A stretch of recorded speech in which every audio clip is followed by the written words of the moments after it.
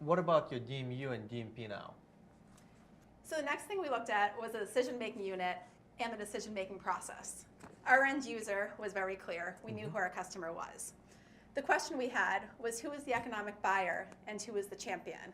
Was it a guy buying for himself, or was it a partner or a friend that influenced that decision?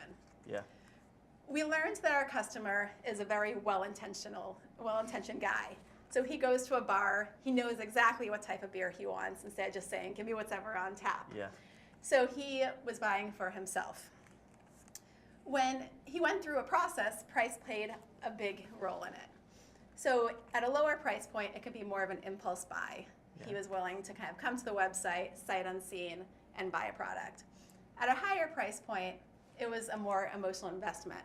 So he might leave the website, talk to friends, look up reviews, and that really made the sales cycle a lot longer and added risk. Yeah. Because we didn't know if he would come back. So taking all of this into account, we came up with a range of $130 to $150 based on our DMU and DMP. Yeah, and the depths of understanding of the customer is striking here, Bill. You know, this one phrase, this person goes to a bar and knows exactly what beer to order. You know, it's a small statement, but boy, can it mean a lot, right? Yeah. It shows how this person thinks.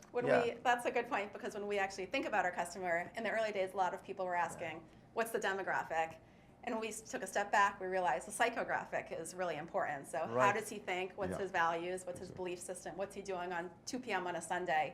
And really understanding that deeply played a lot into all aspects of our business, including pricing. Yeah, because when I go to a bar, and Bill, you asked, you know, why don't you wear Minister of Supply shirts? I would be very happy to, actually honored to do so. But when I go to a bar, I just say, well, whatever you have on tap, just bring it on. I don't care. Yeah.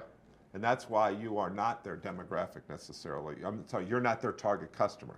You're not their psychographic. The demographic, as she just said, is the demographic is less important than the psychographic to them, because this is a very it's a very experiential, and that could go across the board. Even though that on the surface, I may be in their target customer range because I'm in that age range, and I do have a professional job where I need to wear shirts. Yeah. You know, and yes, the price range is relatively acceptable. From a demographic standpoint. Right. Yeah. And you know, you can look at demographics and assume that, okay, you know, Erdine is the target customer, but when you look deeper, as you have, a whole different picture emerges. I think this is fascinating, and kudos to you for the great job you've done. Well, I'd like to make 2 points here. First of all, I'm glad you wear shirts. We don't want to see you as a Vladimir Putin type of character.